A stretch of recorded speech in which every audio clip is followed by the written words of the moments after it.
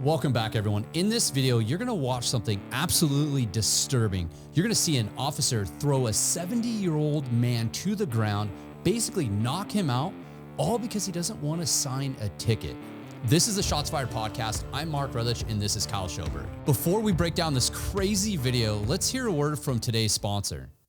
In light of recent extreme weather events, keeping first responders connected during emergency response is more important than ever right now, especially when primary communication goes down. The last thing first responders need to worry about is their connection on the front lines. That's why, in our upcoming episode, we'll be sitting down with former Chicago police officer and now Executive Program Manager of Public Safety at Verizon Frontline, Tony Isla, to talk about the importance of failover connectivity solutions. So tune in for this episode that's coming out Friday, November 22nd. This is one you are not gonna wanna miss. All right, so this disturbing video comes out of Oklahoma City on October 27th of 2024, when an Oklahoma officer was investigating a minor collision between two vehicles. During this investigation, the officer cites one of the drivers for her registration being expired, and he's attempting to cite the other driver involved in the collision, which is the 70-year-old man who ultimately refuses to sign the ticket. That gentleman gets thrown to the ground violently by the officer, sustains injuries, forcing him to go to the hospital. The family is now suing the department. The officer's on admin leave. Let's watch the video and see if what the officer did was warranted or justified, and let's break it down. Go ahead. Can you roll me another unit? I got this guy up here and a supervisor. He's refusing to sign a ticket, and he's wanting to go to jail.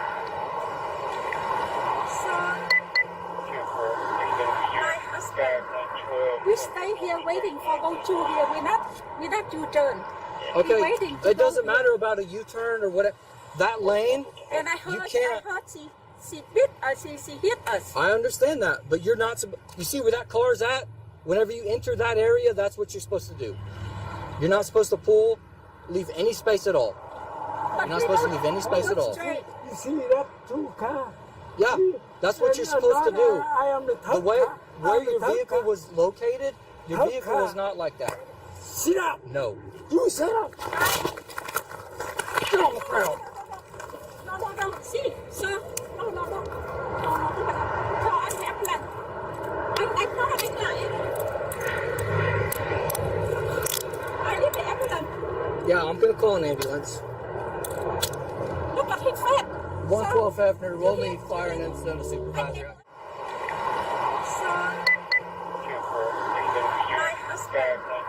We stay here waiting for go to here. We not U-turn. Okay, Waiting to it doesn't go matter about a U-turn or whatever. That lane, And I heard, can't- she hit us. I understand that, but you're not. You see where that car's at? Whenever you enter that area, that's what you're supposed to do. You're not supposed to leave any space at all. You're not supposed to leave any space at all. You see that two car? Yeah, that's what you're supposed to do. I am the top The way car. where I'm the your top vehicle car. was located, your Top vehicle car. is not like that. Sit up. No. You sit up. Get on the ground. No. See, sir. No. Cho anh em lần. Anh có anh lại.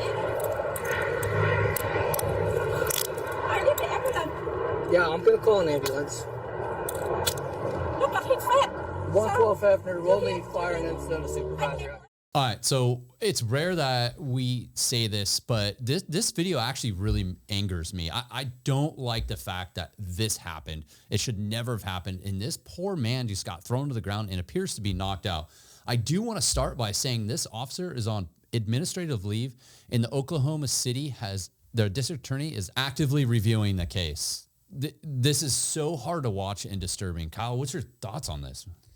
So I don't know, as a cop, you go to a ton of traffic collisions, especially minor ones like this, where probably just an info exchange is sufficient. Now the officer, look, he has a discretion if he wants to cite the drivers for any vehicle code violations that he witnesses. It sounds like the lady that was involved in the crash, she's got expired registration. He chooses to cite her. He's well within his rights to do that. He then chooses to cite the male who gets arrested and thrown to the ground, the 70-year-old, for his whole role in the collision. He also has the right to do that. But where things go a little way too far is the guy is arguing about the citation. He doesn't want to sign it. He's contesting it. As an officer, more times than not, people want to argue with you. They don't believe what they're being cited for is what they did. And that's fine. And all you need to tell people is, hey, look, that's fine. I'm going to be issuing you a citation and we can argue this out in court. You'll have your day in court. It doesn't mean you're being, committed of anything. It's not you signing the citation is not admission of guilt. We even tell the drivers that when they do sign it, hey, this is not admission of guilt. You're just, by your signing the ticket, you're just promising to appear on the court date listed on the ticket.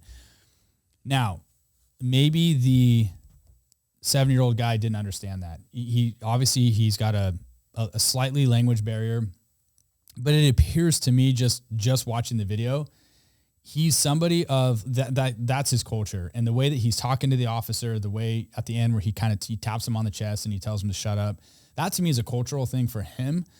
But the fact that the officer continues to argue with him, and then it's like the guy refuses to sign the ticket and he calls for a backup officer. I don't know that I would need a backup officer to deal with a 7-year-old man not wanting to sign a ticket. It is protocol that you would call a supervisor over when someone doesn't want to sign a ticket. And just for everybody out there, if you don't know, by refusing to sign a citation given to you by an officer, you're basically saying that you want to go speak to a judge right now about the matter. And that is what gives law enforcement the authority to actually take you into custody, book you in jail, to then see a magistrate right now over the traffic citation. So usually when sergeants come over, I'm a supervisor. I've had to go to multiple of these as a sergeant, but I've also had this happen as a patrol cop where someone doesn't want to sign the ticket. And you just explain to them, hey, look, you don't have to sign the ticket. That is your right. But if you don't sign the ticket, you're saying that you want to go speak to a magistrate, which is a judge right now.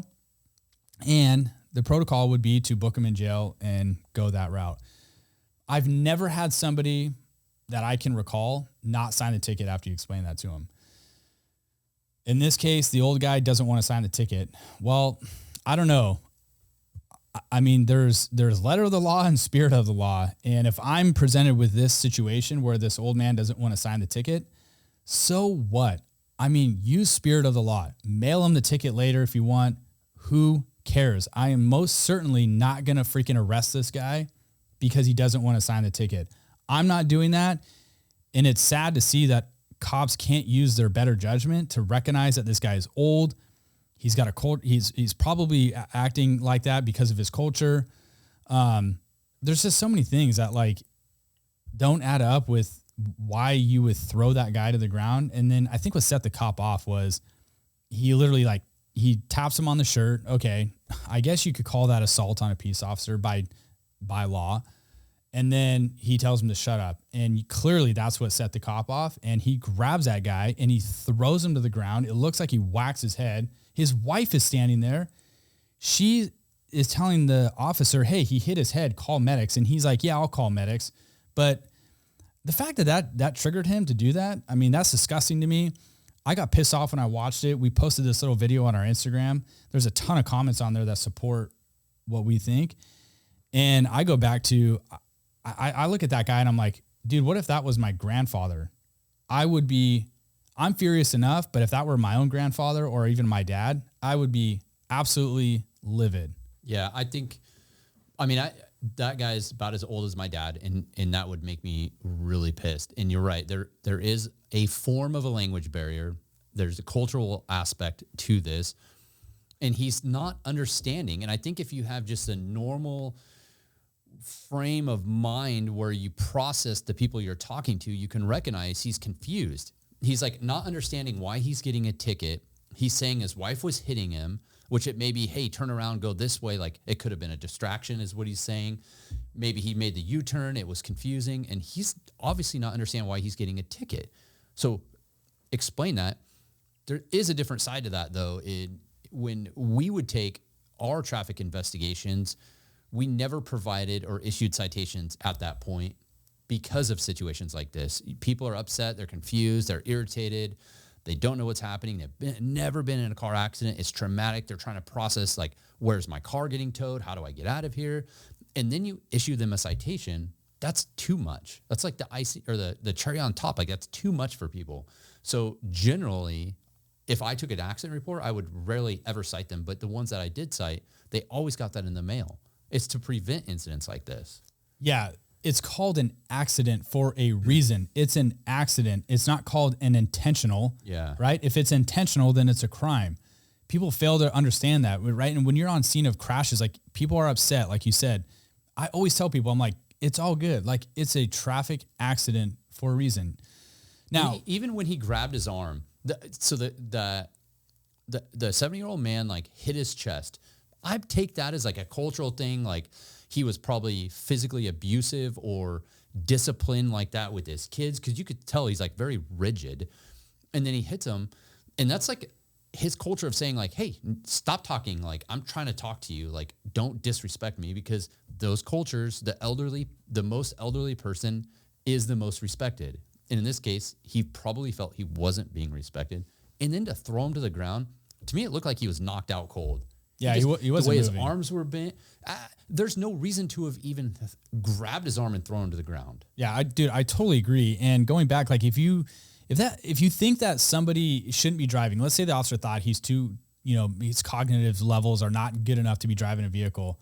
Okay, well, at least here in California, and I'm sure in every other state, there's forms you can fill out that you can send to the Department of Motor Vehicles or whatever you call it in your state that you live in. That's basically saying, hey, I don't think this guy should be driving anymore due to his age and cognitive decline. You fill it out, you send it to the DMV, and they make those people do a priority re-eval test. And if they determine you shouldn't have a driver's license, they'll take their driver's license. But I thought this went way too far just by the argument and the way the officer was even talking to that guy. Yeah. Then it just went absolutely bonkers when he throws him to the ground like that. Like that absolutely infuriates me. I'm like angry talking about it. I can tell you're a little worked up. Yeah. So huge lessons to learn on this. Like understand what you're dealing with and when to take a step back and just see big picture of stuff. Okay. Don't take things so black and white. And just because someone taps you on the shoulder, you have to take that authoritative stance towards somebody. There's a time and a place for that. And a 70-year-old doing that to you is not the place. Yeah. I'm actually very happy to see that he's on admin leave and the district attorney is reviewing this case. This podcast is all about bridging the gap between the general public and law enforcement. We are very unbiased. We give you information based on our experiences and what we're watching. We try to explain from a mindset of law enforcement and from the public side, explain what's happening. And there's times like this video, we have no problem saying that is not okay and that's inappropriate. And these are incidents that need to stop. Yeah, I agree. So hopefully we'll see what happens at the end of this. I mean, these investigations take a little while, but the DA will review it. They'll decide whether or not they want to prosecute him for excessive force or whatever they choose to do. And whatever the department chooses to do, that's on them. So that's it for today's video, guys.